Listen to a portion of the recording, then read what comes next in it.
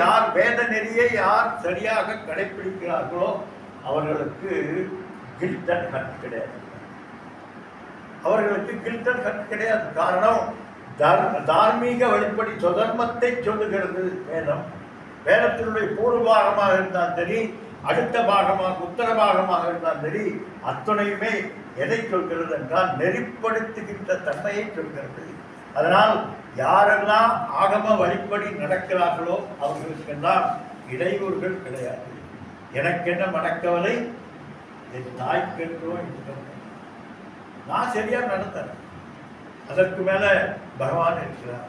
எனவே யார் பகவானை சரணடைந்தார்களோ அவர்களுக்கு நான் கிமகம் சாது நாகரவம் கிமகம் பாபம் அகரவைதி, நான் ஏன் இதை செய்தேன், நான் ஏன் இதை செய்யவில்லை என்கின்ற கில்ட் அண்ட் ஹர்ட் இல்லாமல் போகிறது காரணமாக இருக்கிறார்.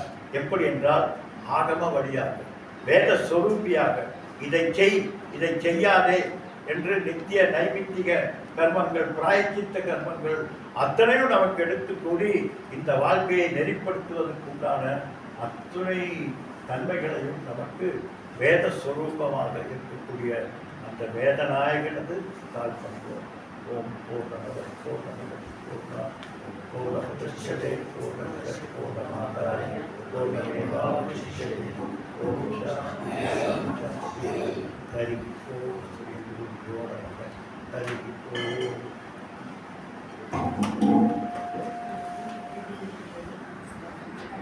இரண்டாவது நாள் காலை நிகழ்ச்சி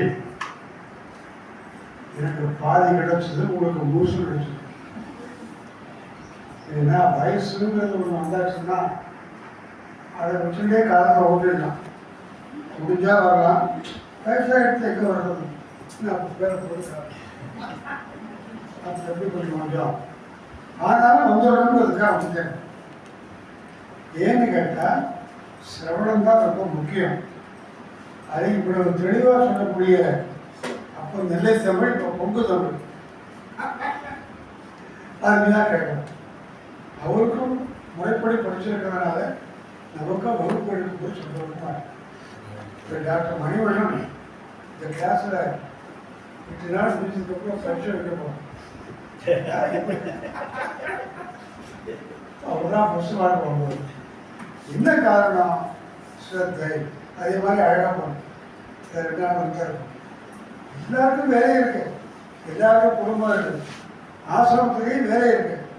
வரணும்னு நினச்சா வரலாம், இல்லைன்னா காரணம் சொல்லணும். மனசு லயிச்சுது வாங்க சார் 8 நாளைக்கு எவ்வளோ கஷ்டப்பட்டு பண்ணுறாங்க, போய் உட்காந்து கேட்போம். சாமி என்ன அருமையாக பேசுகிறாரு, சாமியை பார்த்துட்டு இருந்தாலே நமக்கு தியானம் நிம்மதி இருக்குமே, போயிட்டு வருவோம் அப்படின்னு வரணும். ஆமாம், கால வேலையிலையும் வேதாந்தம். இந்த வேதாந்தத்துக்கு எங்கே தான் முடியும் சார். முதல் சாம்பார் கிடைக்கட்டா காலை ஓட்ட முடியுமா, வீடு இருந்தால் காலை ஓட்ட முடியுமா, வேலை பற்றிய பார்க்க இருந்தால் காலை ஓட்ட முடியுமா, என்ன சார் வேதாந்தம் வாங்க சார். சரி, அங்கே குழப்பம், காலால் 2 எத்தும் விவகாரம், 2 ஆக்சிடென்ட்டு, வீட்டுக்குள்ளே குழப்பம், இருக்கிற பணத்தை பையன் வீட்டுக்கு போய் சாலையை கடை வச்சுருவான், எல்லாம் நடக்கிறது.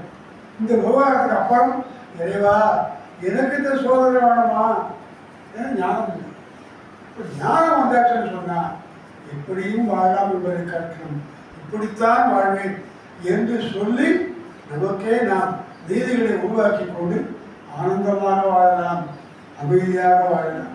அதுதான் வேதாந்தம். வேதாந்தத்துடைய அந்த என்ன, நிம்மதி நிம்மதி நிம்மதி. நிம்மதி எங்கே இருக்க உள்ளதா வெளியே நிம்மதி உருவாக்கணும். இந்த கிளாஸுக்கு இவ்வளவு விளம்பரம், இவ்வளவு செலவு பண்ணி எத்தனை பேர் வந்திருக்கோம், நாம் தான் மூழ்கிக்கிறோம். இது குறைவாக தான் இருக்கும்.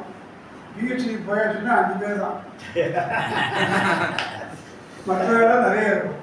பியூசி கேட்க வேண்டாம், எஸ்எஸ்எல்சி உதவதான் இருக்கும். இதான் வழக்கு. அப்படி குருவருடன் சாமியினுடைய பேர் வழியினால் பாக்கி இருக்கிற நாட்களும்